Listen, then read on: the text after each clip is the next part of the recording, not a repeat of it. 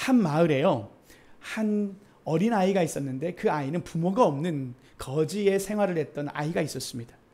이 아이는 태어날 때부터 그렇게 가난하고 거지로 거리를 배회하며 살았습니다. 그래서 그의 어린이의 그 삶은 늘 고통과 외로움이 있었어요. 아이는 늘 찢어진 옷을, 누더기 옷을 걸치고 있었고 늘 거리를 헤매면서 구걸을 했어요. 근데 그 아이의 옷은 바람에 날릴 때마다 쾌쾌한 냄새가 날 정도로 말 그대로 사람들이 가까이 하기에는 어려운 아이였습니다. 그래서 그 옷은 마치 그 아이의 인생과도 같아 보였어요. 그 아이의 운명처럼 보였습니다. 더러움과 상처를 그대로 보여주고 있었기 때문입니다. 아이는요, 자신이 다른 사람들과 다르다는 것을 너무 잘 알고 있었어요. 그가 입고 있는 옷을 보면서 그 아이는 자신의 인생에 대해서 그는 누구도 자신을 받아주지 않을 것이다 생각하면서 살았습니다. 그런데 어느 날 그 마을에 큰 행렬이 있었습니다. 마을 사람들은 모두 거리에 나와서 그 큰 행렬을 구경하기 시작했어요. 바로 왕의 행렬이었습니다. 그 거지 아이도 그저 구경하러 그 행렬을 바라보고 있었죠. 그런데 우연히 그 거리를 지나가던 왕이 그 아이를 보게 됩니다. 그러면서 그 아이에게 말 그대로 그 아이가 홀로 있는 그 아이의 모습을 보면서 이 왕이 측은한 마음이 들어서 그 아이를 부릅니다. 너는 왜 이렇게 더러운 옷을 입고 있느냐? 그러자 그 아이가 금세 얼굴이 붉어지죠. 저는 거지입니다. 이게 저에게 어울리는 옷이에요 라고 말하면서 자신의 신세와 자신의 위치를 정확하게 알고 있는 듯하게 그 아이는 얘기합니다. 그러자 이 왕이요, 미소를 지으면서 아이의 손을 꽉 잡아줍니다. 그러면서 그 아이에게 너는 더 이상 거지가 아니야, 나와 함께 가자 라고 하며 그 아이를 마차에 태웁니다. 그 아이를 데리고 궁전으로 들어갔는데 왕이 그 아이와 함께 궁에 들어가자마자 아이에게 이렇게 명령하는 것 아니겠어요? 누더기 옷을 벗어라. 내가 너에게 줄 새로운 옷이 있다. 그러면서 그 왕이 그 아이에게 가장 아름답고 깨끗한 옷을 내민 것입니다. 그 옷은 마치 하늘의 빛을 담은 듯 빛나고 순결해 보였어요. 아이는 손이 떨려서 그 옷을 바르면서 자기가 이 옷을 받아도 되는지 말 그대로 놀랍고 너무나도 감사한 마음에 왕을 바라보면서 물었어요. 저 같은 아이가 이런 옷을 입어도 되는 건가요? 저는 더럽고 부족한데요. 그러자 왕이요, 그 아이의 눈을 바라보면서 이렇게 말하는 겁니다. 이 옷은 내가 너에게 주는 새로운 시작의 상징이다. 너는 더 이상 더러운 옷에 갇힐 필요가 없단다. 너는 이제 내가 너를 양자로, 나의 아들로 삼을 것이다 라고 이야기하는 것 아닙니까? 그러면서 그 아이는 누더기 옷을 벗고 왕이 준 새 옷을 입게 됩니다. 옷을 입는 순간 마치 새로운 사람으로 태어난 것처럼 이 아이는 말 그대로 하늘을 날 듯한 기쁨이 넘쳤습니다. 그러면서 궁전의 거울에 비친 자신의 얼굴을 보면서 그가 알던 자신의 모습이 아닌 것을 발견하게 되죠. 더 이상 거지가 아니라 왕의 아들, 새로운 삶을 시작하게 되었다는 것을 그 아이도 깨닫게 됩니다. 바로 더러운 옷을 벗고 새로운 옷을 입었을 때 그의 삶에 새로운 시작이 연출되었다는 것을 아이도 깨닫게 되죠. 이처럼 옷은요, 우리의 삶에 상징하는 의미가 큽니다. 오늘 새로운 옷을 우리가 입는 시간들을 하나님께서도 원하시는 마음을 이 말씀 속에 담아주시는데요. 우리의 삶의 죄의 더러운 옷을 벗고 하나님께서 새로운 거룩한 삶의 옷을 우리에게 입으라 말씀합니다. 오늘 이 하나님이 우리에게 주시는 이 말씀을 우리가 동일하게 들으면서 하나님께서 우리의 삶을 예전의 거지의 삶이 아니라 이제는 하나님의 자녀로서 거룩한 삶으로 우리를 초대하고 있음을 오늘 이 말씀은 우리에게 소개하고 있어요. 그래서 오늘 말씀을 통해서 우리는 하나님 우리에게 주시는 새 옷이 무엇인지, 그리고 우리가 벗어버려야 할 옛 옷은 무엇인지를 함께 살펴보고자 합니다. 오늘 말씀을 통해서 하나님이 우리에게 주시는 깨달음을 우리가 발견함으로 하나님이 말씀하신 말씀 뜻대로 거지의 아이가 옷을 벗었던 것처럼 우리의 과거의 옛 사람의 옷을 벗어버리고 하나님 주신 새 사람의 옷을 입는 저 여러분 되시길 축복합니다. 그래서 오늘 말씀의 제목이 옛 사람을 벗어버리고 새 사람의 옷을 입으라라는 말씀으로 말씀을 전하고자 하는데요. 우리 먼저 4장 17절 말씀을 함께 읽고 말씀을 시작하고자 합니다. 함께 읽어볼까요? 시작. 그러므로 증언하노니 이제부터 너희는 이방인이 그 마음에 허망한 것으로 행한 같이 행하지 말라. 사도 바울은요, 이미 전 단락에서 보면 공동체가 하나 되어야 된다. 그래서 은사와 직분에 대한 이야기를 하고 난 뒤에 오늘 본문에선 사도 바울은 방금 우리가 설명했듯 옛사람을 벗어버리고 새 사람을 입으라라는 개인적인 거룩함에 대한 이야기를 하게 됩니다. 그래서 오늘 그 첫 단추에 이 옛사람에 대해서 먼저 벗어버리라고 이야기하면서 옛사람이 무엇인가를 사도 바울은 설명해요. 옛사람이 무엇인가, 우리에게도 있는 옛사람을 우리도 벗어보기를 원하는 마음으로 하나씩 살펴보고자 해요. 먼저 사도 바울은 4장 17절에서 내가 이것을 말하노니 너희는 이방인이 그 마음에 허망한 것으로 행하는 같이 행하지 말라라는 옛사람이 도대체 무엇인가, 구체적으로 이방인의 삶을 살지 말라고 이야기하는 것으로 시작합니다. 근데요, 너무 놀라운 것은 이 에베소 교인은 이방인들이었어요.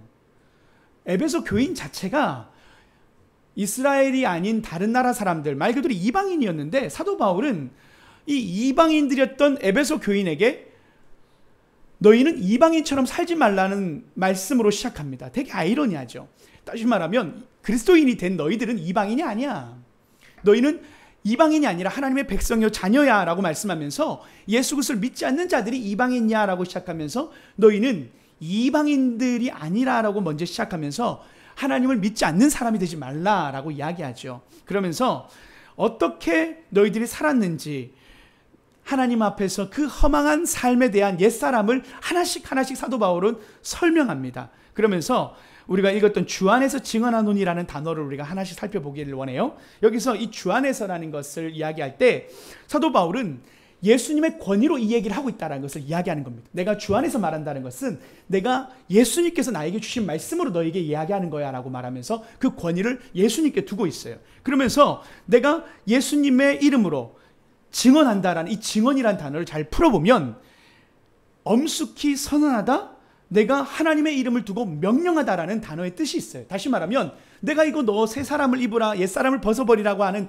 내가 주 안에서 증언하노니라는 이 말은 내가 예수님의 이름으로 예수님의 권위로 너에게 명령한다는 뜻입니다. 다시 말하면 우리 그리스도인들은 하나님이 주시는 옛사람에 대한 이 말씀에 대해서 모두가 순종해야 될 책임과 말씀에 대해서 응답해야 된다는 것을 이야기합니다. 그러면서 사도 바울은 먼저 이 허망한 것에 대해서 이야기하면서 이 허망이라는 뜻이 목적이 없는 삶을 이야기하는 거예요. 너희가 이방인처럼 살았던 것을 대해서 이야기할 때 허망하게 살았는데 그 허망하게 살지 말라고 먼저 시작합니다.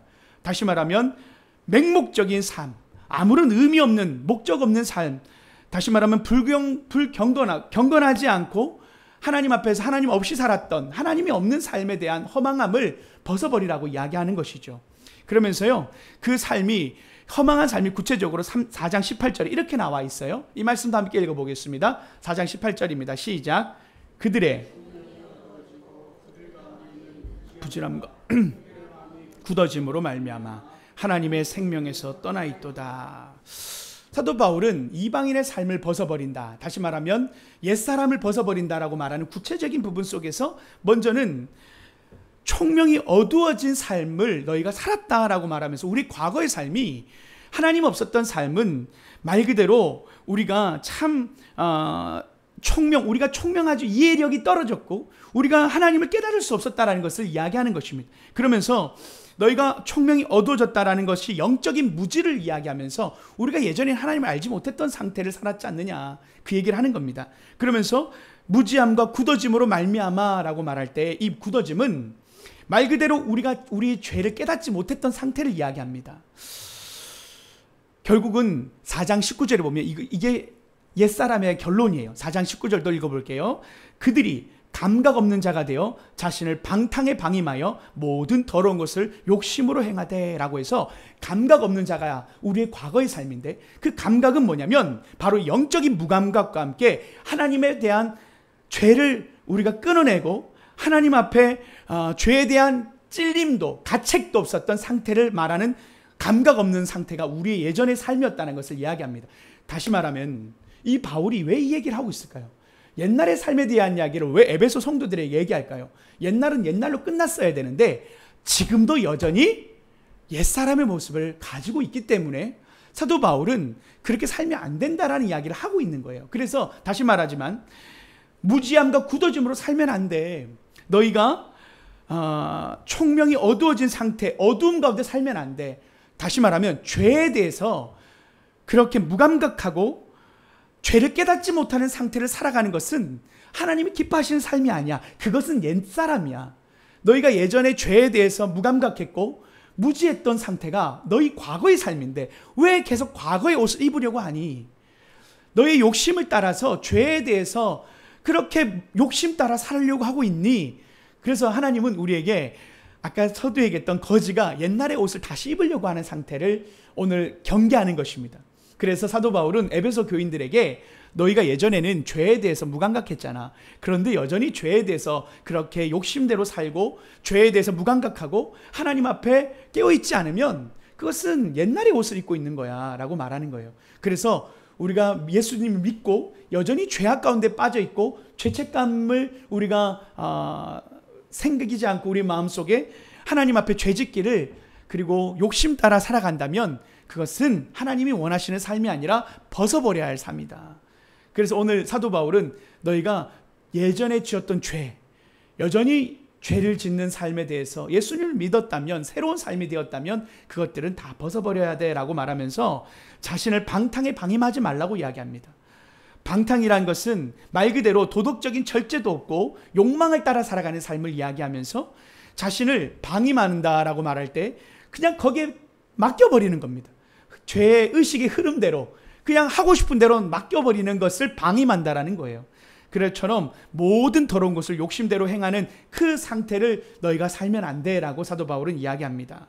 옛사람의 모습에 대해서 경계하는 것이죠.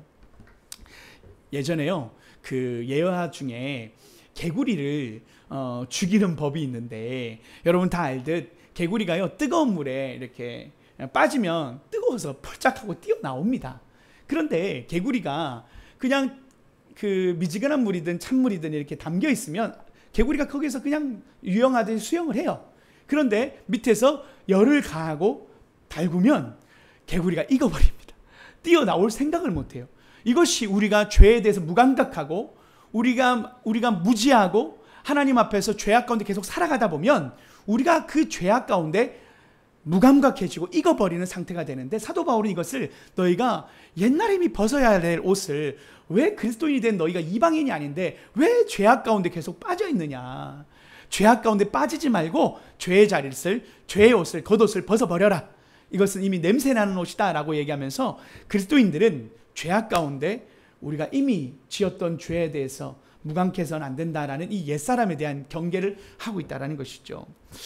여러분, 오늘 하나님이 이 말씀 우리에게 주시는 말씀은 무엇입니까? 예수 그리스도를 믿고 예수님을 따라 그리스도인이 되었는데도 여전히 우리의 삶에 죄악 가운데 우리가 살아간다면 하나님이 기뻐하시는 삶이 아니고 우리에게 옛사람이다. 벗어버려라. 그것을 벗어야 된다. 우리의 이미 습관적인 죄, 예수를 믿는데도 여전히 우리가 죄를 짓고 여전히 우리가 죄악 가운데 무감각하다면 그 냄새나는 옷을 하나님은 벗어라 라고 먼저 우리에게 이야기하신다는 것입니다. 두 번째로 우리가 하나님이 우리에게 그렇다면 새로운 옷을 입으라고 말씀하시는데 새로운 옷은 어떤 옷인가? 사도 바울은 설명합니다. 4장 24절에 새로운 옷이 무엇인지를 이야기하는데요. 이 말씀 함께 읽어볼까요? 시작. 하나님을 따라 의와 진리의 거룩함으로 지으심을 받은 새 사람을 입으라. 이 하나님을 따라라는 표현이 무슨 의미냐? 이것을 골로새서에 보면 병행 본문으로 이렇게 나와요. 3장 10절 골로새서 이 말씀 더 읽어볼까요? 시작. 새 사람을 입었으니 형상을 따라 지식에까지 새롭게 하심을 입은 자니라 라고 해서 하나님의 형상을 따라라고 표현하는 것이 맞다라는 겁니다. 하나님을 따라하는 것은 뭐냐면 하나님의 형상을 따라서 너희가 새로워져야 된다라고 이야기합니다. 하나님의 형상을 닮아야 된다라는 것이죠. 그것이 새 사람이라는 것입니다. 그런데 여기에 보면 그 새 사람의 특징이 뭐냐면 의와 진리의 거룩함으로 옷 입으라는 것입니다. 그것이 우리가 입어야 할 새 옷이라는 거예요. 죄는 우리가 벗어야 할 옷이라면 우리가 입어야 할 옷은 의와 거룩입니다. 그것이 하나님의 형상, 하나님의 속성을 따라서 우리가 동일하게 거룩해져야 된다라는 그 부르심 앞에 주님은 우리를 초청하시는 겁니다. 다시 말하면 우리가 입어야 될 옷은 뭐라고요? 거룩과 의의 옷을 입어야 된다라는 것입니다. 오늘 거지 아이가 입었던 그 옷은 우리가 봤을 때 새 옷이지만 주님이 우리에게 주실 옷은 의와 거룩함의 새 옷입니다. 그것은 바로 하나님의 형상을 닮은 옷입니다. 그분이 거룩하시기에 우리도 거룩한 것이고, 그분이 의로우시기에 우리도 의로운 옷을 입어야 되는 것, 하나님의 자녀답게 우리도 거룩과 의로 옷 입어야 된다는 것이 주님이 우리에게 원하시는 새 옷입니다. 할렐루야.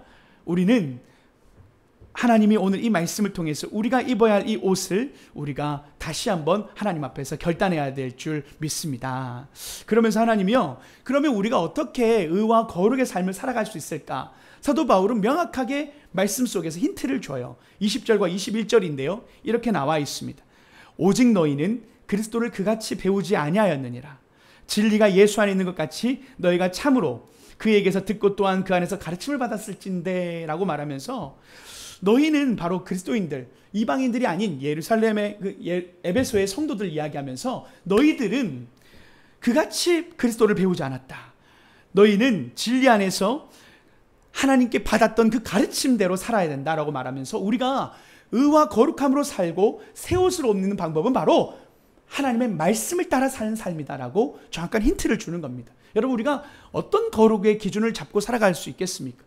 우리가 어디에 기준점을 보고 거룩이다, 의다라고 말할 수 있을까요? 바로 하나님의 말씀을 따라 살 때 의와 거룩함으로 옷 입을 수 있다라고 말씀하신다는 것이죠. 그래서 우리는 이것이 하나님이 우리에게 주시는 가장 큰 축복 속에서 말씀을 따라 살아가야 된다라는 정확한 힌트를 주십니다. 여러분, 우리가요, 신앙생활이 어렵지가 않아요. 우리가 너무 복잡하게 생각하면요, 신앙생활 참 어려워집니다. 그런데 오늘 목사님이 옛사람을 벗어버리고 새 사람을 입으라고 했는데, 이게 무슨 의미야? 무슨 옷을 뭐 사주는 것도 아니고, 이런 식으로 복잡하게 생각하면 한도 끝도 없어요. 그런데 간단합니다. 하나님 말씀을 따라 살아가는 것이 거룩한 삶의 첫 지름길이고, 그것이 거룩이 하나님 주신 새 옷이다. 그래서 죄악된 삶을 우리가 끊어내야 된다. 예수님 믿어도요, 여전히 우리는 죄의 옷을 입고 있어요. 천국 갈 때까지 우리는 죄의 옷을 반쪽은 걸치고 있습니다. 그래서 우리가 완벽한 새 옷을 입기가 쉽지가 않아요. 그래서 사도 바울은 이것을 알고 있었고, 이것을 영적 전쟁이라고 말하면서, 우리는 하나님께서 늘 거룩한 옷, 새 옷을 입으라 말하지만 여전히 우리는 죄의 옷에 더 익숙하고 그 냄새나는 옷이 좋다고 또 입어요. 그런데 그때 우리가 거룩의 옷을 입어야 되는데, 우리가 하나님 앞에서 거룩의 옷을 입으려면 말씀을 읽어야 된다는 거예요. 우리가 오늘도 주일 말씀 속에 이 에베소서는 참 어려운 말씀, 로마서나 에베소서나 이 말씀들은요, 참 어려운 말씀들이에요. 여러분이 우리가 지금 빌립보서를 공부했고 또 에베소서를 이 말씀을 나누고 있는데, 쉬운 성경이 아니에요. 쉬운 성경은 뭐예요? 우리가 스토리가 있는 아브라함 이야기, 모세 이야기, 다윗의 이야기는 참 성경이 잘 들어와요. 그런데 에베소서에 있는 사도 바울의 가르침, 진리에 대한 가르침들은 조금 어렵고 복잡해서 우리가 성경을 잘 안 읽는 부분들이에요. 그런데 참 이 말씀들이 진리란 말이에요. 오늘 사도 바울이 우리에게 힌트를 주는 이 신앙생활에 대한 구체적인 길라잡이, 거룩의 길라잡이는 우리에게 참 도움이 되는 말씀이에요. 근데 우리가 많이 못 읽고 우리가 관심이 없는 부분이다 보니까 우리가 몰랐던 것뿐이지, 사도 바울은 우리가 어떻게 살아가야 되는지에 대한 구체적인 가이드를 주고 있는 거예요. 그래서 에베소서 4장 22절에 보면 이렇게 나오죠. 너희 유혹의 욕심을 따라 썩어져가는 구습을 따른 옛사람을 벗어버리고 라고 말하면서, 우리의 욕심을 따라 썩어져가는 구습을 따른 옛사람을 벗어버리는데, 하나님의 말씀이 우리를 그 구습을 따르는, 옛사람의 그 구습을 따르는 잘못된 생활의 그 가치관과 생활의 풍조를, 방식을 우리가 벗어날 수 있는 것은 하나님의 말씀을 따를 때다라고 구체적으로 이야기해 주시는 겁니다. 그러면서 하나님께서는 우리에게 이 옛사람을 벗어버리라는 표현은 죄와 결별하라는 얘기입니다. 우리가 입었던 그 죄에 대해서 옷을 벗어버리라면서 죄에 대해서 하나님께서는 끊어라 라고 말씀하시는 겁니다. 그래서 오늘도 우리가 말씀을 들으면서 죄에 대해서 우리가 생각하지 못했던 우리의 마음에 무뎌졌던 마음을 주님이 다시 한번 두드리시는 거죠. 그러면서 에베소서 4장 23절에 또 다른 힌트를 하나 주시는데요. 이 말씀도 함께 읽어보겠습니다. 시작. 오직 너희의 심령이 새롭게 되어 라고 말하면서 사도 바울은 너희 심령이 새롭게 되어야 된다라고 말할 때 이 심령은 프니마티라고 해서 사람의 영, 마음 깊은 곳에서부터 새로워져야 된다라는 것을 이야기할 때 우리 안에 성령의 소욕이 우리 가운데 작용할 때 우리의 마음의 심령이 새로워질 수 있다라고 말하는 것이죠. 그래서 두 가지 힌트가 분명히 전파되어집니다. 말씀을 따라 성령을 따라. 우리가 하나님의 말씀과 성령을 따라 행하면 죄의 모든 옷을 거짓된 우리가 입었던 죄와 결별하게 될 수 있다라고 이야기해 주는 겁니다. 그래서 우리는 찬양하고요. 우리가 오늘 또 찬양하고 기도하잖아요. 그럴 때 성령이 우리 마음 심령 깊은 곳에 역사하세요. 그래서 우리 마음을 기도할 때 보면 내 안에 있는 마음을 자극하고 하나님께서 울림을 주실 때가 있어요. 그래서 기도의 시간들을 여러분 혹시 우리 가운데 다시 내려놨던 여러분 영적인 호흡인 우리의 기도의 생활을 여러분들이 놓치고 있다면 여러분 기도의 삶을 우리의 심령 깊은 곳에서 성령께서 역사하시기 위하여 말씀의 은혜뿐만 아니라 기도의 자리, 찬양의 자리, 우리가 주님 주시는 이 영적인 성령의 그 음성에 우리가 들을 때 영적인 죄에 대해서 결별할 수 있도록 하나님 우리를 도우신다라는 것이죠. 그래서 우리가 죄악된 삶을 이겨내는 방법은 말씀과 성령밖에 없어요. 우리의 영혼은 이미 죄악된 것에 익숙해서 죄에 늘 넘어집니다. 그런데 주님 우리에게 주시는 이 가르침은 무기는 바로 우리가 매일의 삶에 말씀을 묵상하는 삶, 매일의 삶에 기도로 우리의 영혼을 세우는 일, 이렇게 말씀과 기도로 우리가 충만할 때 하나님 앞에서 우리는 거룩한 새 옷을 입을 수 있다라고 사도 바울은 이야기하죠. 너무 간단한 이야기인데요. 참 쉽지가 않아요. 여러분, 한 해가 가고 있습니다. 10월입니다. 이번 달이 10월인데 여러분 올 한 해 목표를 세웠던 목표들을 얼마나 잘 행하고 계십니까? 올해 성경 통독을 결단했던 분 안 계십니까? 말씀을 하루에 얼마씩 읽어야 되겠다라고 했는데 여러분 말씀이 얼만큼 여러분 올해 한 해 읽었습니까? 저희 교회도 성경 통독하시는 분들 주보에다가 내야 되겠어요. 1년에 통독 한 번씩 하고 우리가 그렇게 해야 되는데 하나님 앞에 우리가 참 말씀을 참 가까이 하지 못할 때가 많았고 큐티의 이 어떤 개인 묵상의 시간들을 우리가 놓쳤을 때가 돌아보면 언제부터입니까? 여름 휴가 때부터입니까? 아니면 어떤 집안에 경조사가 있을 때부터 끊어진 겁니까? 여러분 아니면 3월 달부터 이 기도 생활과 말씀을 묵상하던 우리의 그 거룩한 습관들이 어디에서 놓쳐졌습니까? 오늘 다시 한번 이제 2개월 정도 남았는데요. 올 한 해가 가기 전에 다시 한번 우리의 거룩한 우리의 삶의 이 습관들, 하나님 앞에 우리의 새 사람을 입을 수 있는 가장 좋은 방법인 말씀과 기도의 삶을 성령의 도움을 받는 그 시간들을 우리가 다시 한번 세워보기를 축복합니다. 여러분 우리 다시 힘내봅시다. 주님이 옛사람을 벗어버리고 새 사람을 입으라고 다시 한번 도전하시는 겁니다. 1970년대요. 척 콜슨이라는 사람이 있었어요. 미국 정치가인데요. 이 사람의 이야기를 마침으로 말씀을 정리하고자 합니다. 리처드 닉슨 대통령의 특별 보좌관으로 있었던 척 콜슨이라는 사람은요, 강력한 권력을 가졌던 사람이었습니다. 그 누구보다도 리처드 대통령 옆에서 최측근이었기 때문에 그는 말 그대로 권세가 있었던 사람입니다. 그래서요, 그를요, 척 콜슨에 대해서 별명이 있었는데 그 별명이 뭐냐면 백악관의 해결사라는 별명이 있었습니다. 그래서 그는 말 그대로 냉정함과 무자비함을 자랑했던 사람이에요. 그가 어떤 일이든 처리하고 해결하는 해결사 역할을 했기 때문입니다. 대통령의 해결사였던 것이죠. 그러면서 그가 했던 말이 참 그의 성격을 드러내는데요. 이렇게 말해요. 정치에는 윤리가 필요 없다. 목표를 위해서는 무엇이든지 할 수 있다라는 그의 철학이 있었어요. 정치는 윤리가 필요 없는 거야. 목표를 이루기 위해서는 무엇이든 해야 되는 게 정치야 라는 게 그의 사상이었고 그의 철학이었어요. 그래서 그 머릿속에는 단 하나, 승리뿐이었어요. 그래서 대통령을 당선시킬 뿐만 아니라 그가 하는 모든 정치적인 것에 승리해야 된다는 게 그의 야망이었던 거죠. 그런데 그것이 도를 지나쳐서 큰 사건이 하나 터지게 돼요. 워터게이트라는 사건입니다. 이걸 다 설명하려면 또 너무 복잡하니까 그냥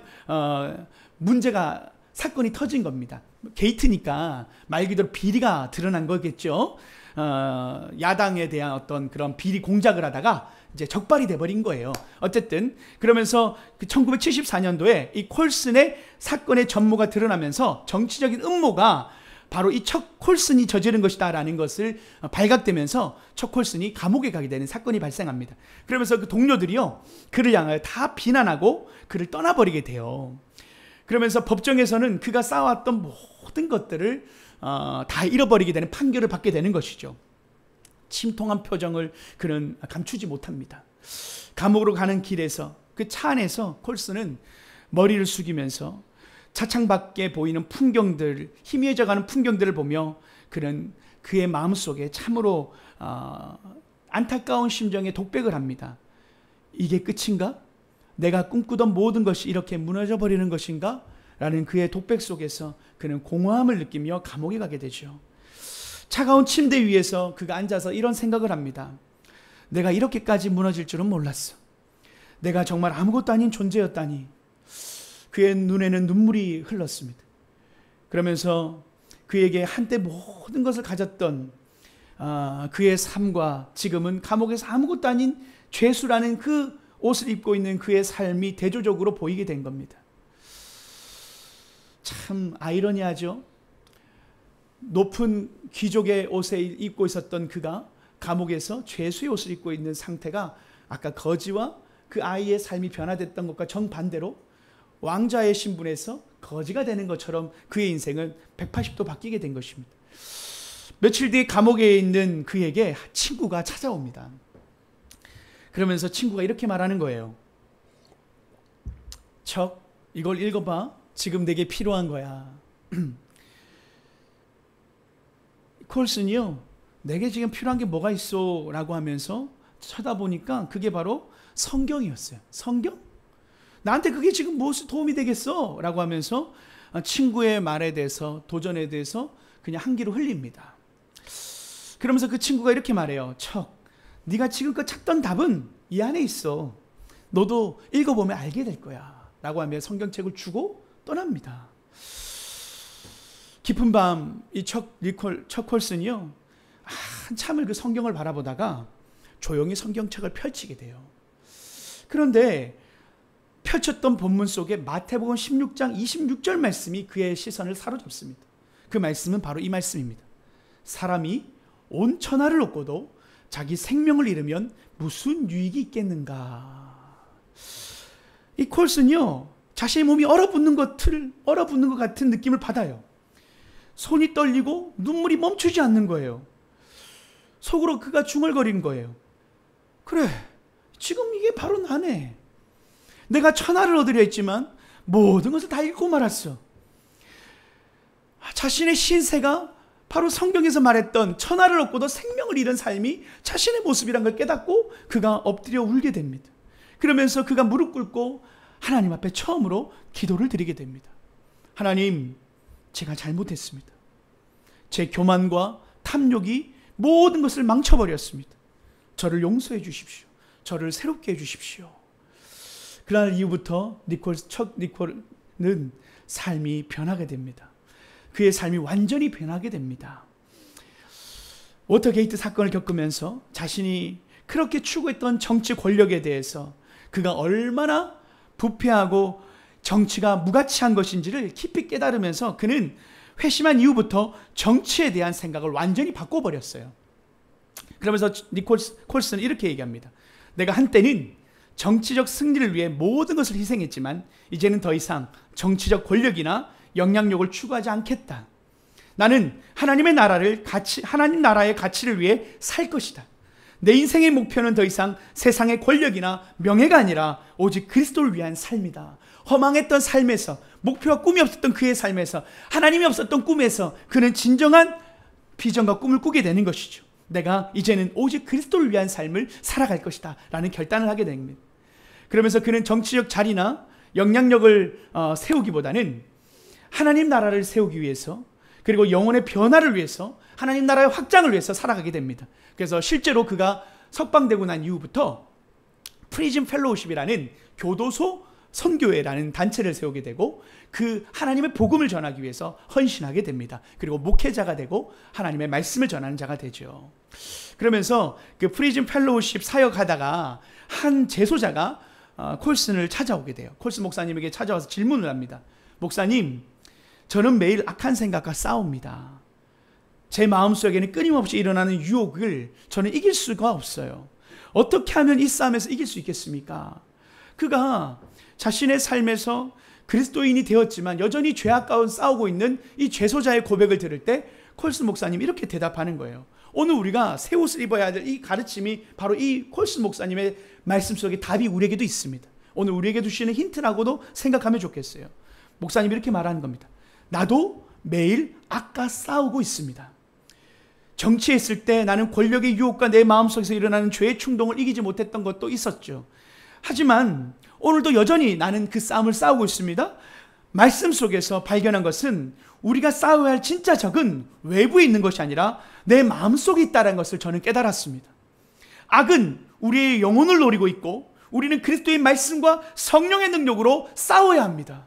내 영혼에 있는 그 악과 싸워야 합니다. 사도 바울의 고백처럼 거룩함으로 의로 옷을 입어야 한다는 이 도전을 첫 콜슨 목사님은 동일하게 그 제소자에게 했던 것이죠. 그러면서 그도 이렇게 얘기합니다. 자신의 워터게이트 사건이 자신도 얼마나 죄악된 행동이었는지를 깨달으면서 계속 자기는 되새긴다라는 거예요. 나도 죄에 대해서 늘 넘어질 수 있는 존재다. 나도 늘 하나님의 관계가 깨어질 수 있는 존재이기 때문에 늘 하나님 앞에 나를 돌아보고 회개하면서 나의 삶을 하나님과의 관계를 회복하기 위해서 늘 거룩함을 유지하기 위해서 애쓴다라고 이야기하면서 그가 이렇게 구체적으로 인터뷰에 대답을 합니다. 나는 날마다 나의 옛사람과 싸웁니다. 죄는 언제나 우리 마음속에 문을 두드리고 있습니다. 하지만 나는 그리스도의 십자가를 통해 내 죄를 매일매일 못 박습니다. 내가 죄와 타협한다면 나는 다시 그 어두운 과거로 돌아갈 수 있고 그리스도의 은혜가 없이는 아무것도 아닌 삶을 나는 살아가게 될 것입니다. 옛사람의 옷을 입게 되는 존재가 될 수 있습니다 라고 고백한 것입니다. 그러면서 자신에겐 늘 새 옷을 입어야 되고 말씀과 성령으로 자신은 그 옷을 입기 위해서 날마다 십자가에 자신을 못 박는다고 이야기합니다. 여러분, 이것이 그리스도인의 삶입니다. 우리 그리스도인은 한 번 구원받았다고 해서 우리가 죄를 짓지 않는 게 아닙니다. 늘 우리는 죄악된 우리의 마음의 소욕, 죄의 욕심과 죄에 언제나 넘어질 수 있는 연약한 존재라는 사실을 우리는 기억해야 합니다. 여러분, 우리가요 교만해서는 안 돼요. 내가 이 정도 되면 나는 거룩하다, 난 잘 산다, 그때가 넘어질 때입니다. 여러분, 다윗이요 거룩했어요. 다윗의 삶을 보면 말 그대로 거룩함의 대명사였어요. 그가 지었던 시편만 해도 성경의 시편의 절반이 다윗이 지은 시예요. 다윗처럼 하나님의 기쁨이 됐던 삶, 성전을 짓기까지 그렇게 하나님을 위해서 헌신적이었고 골리앗을 쓰러뜨리면서까지 믿음이 은사가 있었던 사람이었어요. 그런데 그가 섰다고 생각했던 그때, 방심했을 때 옥상에 올라갔는데 웬 여인이 목욕을 하고 있는 모습을 보게 되죠. 그때 다윗은 교만해서 이스라엘 백성이 전쟁에 참여하고 있는데 군대를 다 보낸 상태에서 자신 혼자 쉬고 있었어요. 말 그대로 여유를 부리고 있었을 때 그때 죄가 찾아왔던 것입니다. 그가 홀로 쉬고 있는 그 순간에 그의 삶에 유혹이 찾아오고 그의 문에 노크하는 사단의 세력이 있었다는 거죠. 그게 바로 다윗도 넘어졌던 유혹이었던 거죠. 그래서 다윗이 어떻게 됐어요? 어떻게 됐습니까? 밧세바를 간음하고 그 남편 우리아를 죽이죠. 전장 저 최전방에 보내서 우리아를 돌에 맞아 죽게 하고 화살에 맞게 죽게 하면서 그의 남편을 사라지게 만들고 그 남편의 자리를, 밧세바의 남편의 자리를 본인이 취하입니다. 그리고 그는, 다윗은 회개하지 않아요. 밧세바가 아이를 낳을 때까지 회개하지 않았어요. 그래서 나단 선지자가 와서 너 죄를 지었잖아 하니 그제서야 다윗이 회개하는데 그 기간이 무려 10개월이에요. 사람을 죽이고 간음을 했는데도 회개하지 않도록 그 마음의 무뎌짐과 하나님의 무지함으로 죄악에 대해서 무감각해져 버린 것이, 죄악된 옷을 입어버린 상태가 되었던 것이 바로 다윗의 삶이었던 겁니다. 그 거룩했던 다윗도 거짓의 옷을, 옛 사람의 옷을 입어버린 겁니다. 우리도 그럴 수 있다라는 거예요. 무감각해질 수 있다라는 거예요.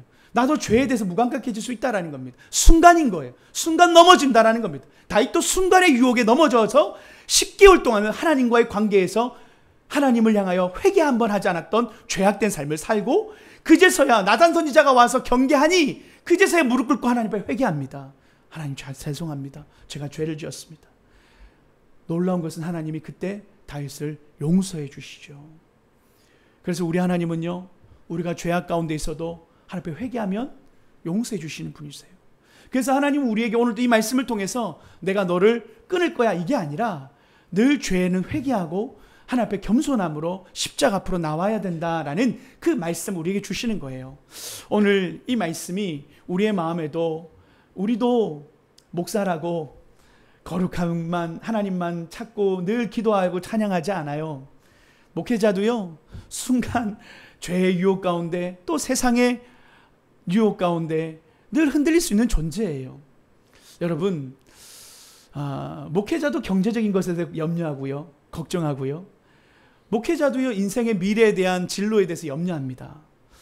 하나님을 섬긴다고 말하면서도 말씀과 기도의 자리에서 우리가 늘 하나님 앞에 서지 않으면요, 우리도 연약한 존재라는 거예요. 하물며 목회자도 그렇고 교회의 직분자도 그렇다면 여러분 우리는 어떻겠어요? 사도 바울도 오라 나는 공고한 자로다라고 고백했는데 여러분 우리는 어떻겠습니까? 다윗도 무너지는데 우리는 안 무너질 수 있겠습니까? 우리도 옛사람의 옷을 입을 수 있다라는 것이 우리에게 주시는 하나님의 말씀입니다. 다시 말하지만 우리는 말씀과 기도의 자리를 다시 회복해야 합니다.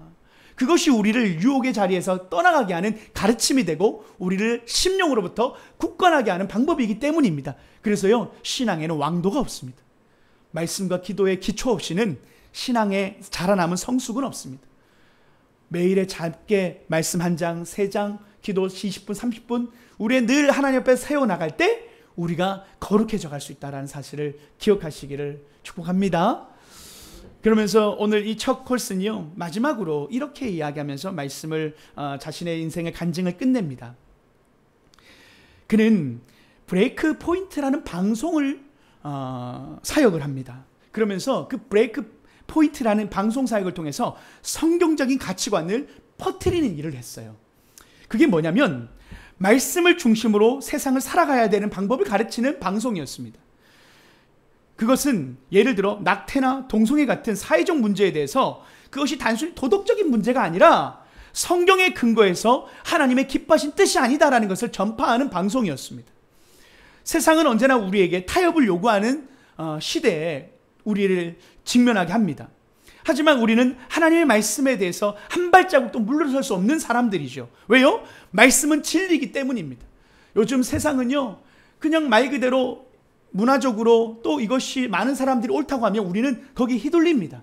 그런데 척 콜슨은 하나님의 말씀을 따라 살겠다 했던 그의 삶의 모습 속에는 오늘 우리가 옛사람을 벗어버리고 새사람을 입는 삶은 우리의 가치관의 변화가 있어야 되는데 그것은 세상 사람들이 말하는 도덕적인 것에서 우리가 거룩해지거나 법을 지키는 것에서 한정을 하는 게 아니라 하나님의 말씀이 옳지 않다고 말하면 그 말씀에 따라 우리도 가치관을 형성하는 것이 성경적인 가치관이라는 거죠. 그래서 요즘도 참 우리 그리스도인들이 차별금지법에 대한 이야기, 동성애에 대한 이야기가 참 많이 회자되고 있어요. 사람들은 자유라는 미명 안에서 그게 뭐가 문제 있어? 내 기호인데, 성적 기호고 나의 어떤 이것을 하고 내가 하는 것에 대해서 내 자유인데 라고 말하는 자유에 대한 방임에 대한 이야기를 이것을 도전할 때가 있어요. 성경은 그걸 분명히 방임이라고 말하죠. 그들이 원하는 대로 내어주는 것이 선이 아니에요. 하나님은 그것이 아담과 하와가 하나님 말씀을 떠났을 때 죄라고 말했던 것처럼 죄는 도덕적인 범죄를 해서 죄라고 말하는 것을 넘어서서 하나님의 말씀을 따라 살지 않는 것을 죄라고 말하는 겁니다. 해서 우리는 이 세상의 가치관에 있어서도 우리가 바르게 하나님의 말씀을 따라 살아가야 될 사명이 있습니다. 그래서 척 콜슨은 그렇게 얘기했던 것이죠. 세상이 문화에 따라 변하는 것이 아니라 그리스도의 진리로 세상을 변화시키는 삶을 살겠다. 그가 그렇게 말하면서 새로운 삶의 옷을 그렇게 선포하고 살았습니다. 마지막으로 콜슨은 이렇게 정리합니다. 세상에서 가장 어두운 곳은 감옥이 아닙니다. 가장 어두운 곳은 우리의 마음이 하나님과 분리된 상태입니다. 하지만 하나님께서 우리의 마음에 빛을 비추시면 우리는 어디에서든지 자유로울 수 있습니다.